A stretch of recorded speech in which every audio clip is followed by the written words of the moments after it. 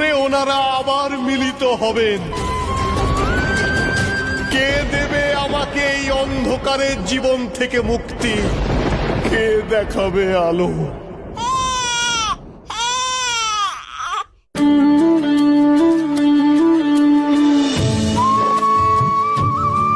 আর এই আশ্রমেই সীতা দেবী দুই পুত্রের জন্ম দিলেন, যাদের নাম রাখা হলো লব, কুশ।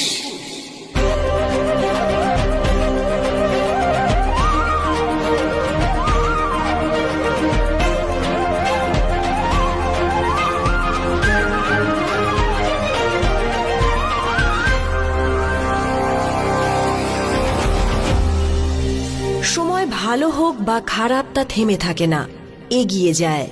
একে অপরের ভালোবাসাকে সম্বল করে রামচন্দ্র ও সীতা দেবী জীবনও এগিয়ে চলল। আর ওনাদেরকে একই যোগসূত্রে বেঁধে রেখেছিল যে লবকুশ, তারাও বেড়ে উঠতে লাগলো।